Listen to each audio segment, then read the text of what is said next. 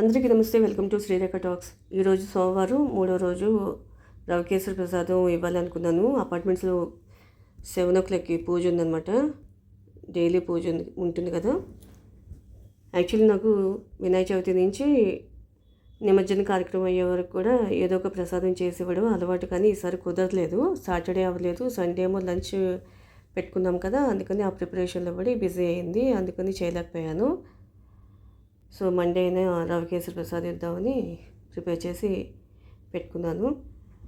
ఇంకా fresh up అయిపోయి ఇవన్నీ 7 o'clockకి పూజ అని వెళ్ళిపోయాను అనమాట. అయితే మాకు డైలీ వచ్చే పంతులు గారు రావడం అవ్వట్లేదని వేరే పంతులు గారిని పంపించారు. ఇంకా అతను వచ్చేటప్పటికి కొంచెం లేట్ అయింది. ఇంకా వచ్చిన తర్వాత పూజ స్టార్ట్ అయింది.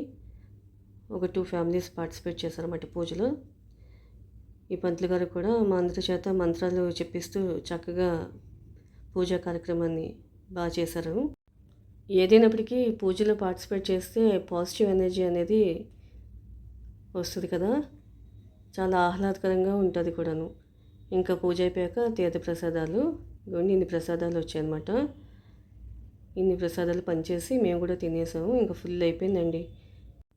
తను అనూష అని చెప్పి, తను కూడా యూట్యూబర్ అని మా అపార్ట్మెంట్స్లో ఒక ఆవిడ పరిచయం చేశారండి.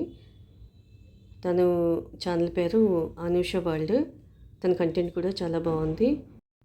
మీరందరూ సబ్స్క్రైబ్ చేసుకొని సపోర్ట్ చేయండి. మేము రీసెంట్గా ఈ అపార్ట్మెంట్స్కి రావడం వల్ల ఈ వినాయక చవితి కారణంగా చాలామంది పరిచయం అయ్యారండి. అందరూ బాగా మాట్లాడారు. మరి నచ్చిన video please like, share, subscribe చేసుకోండి. Thank you.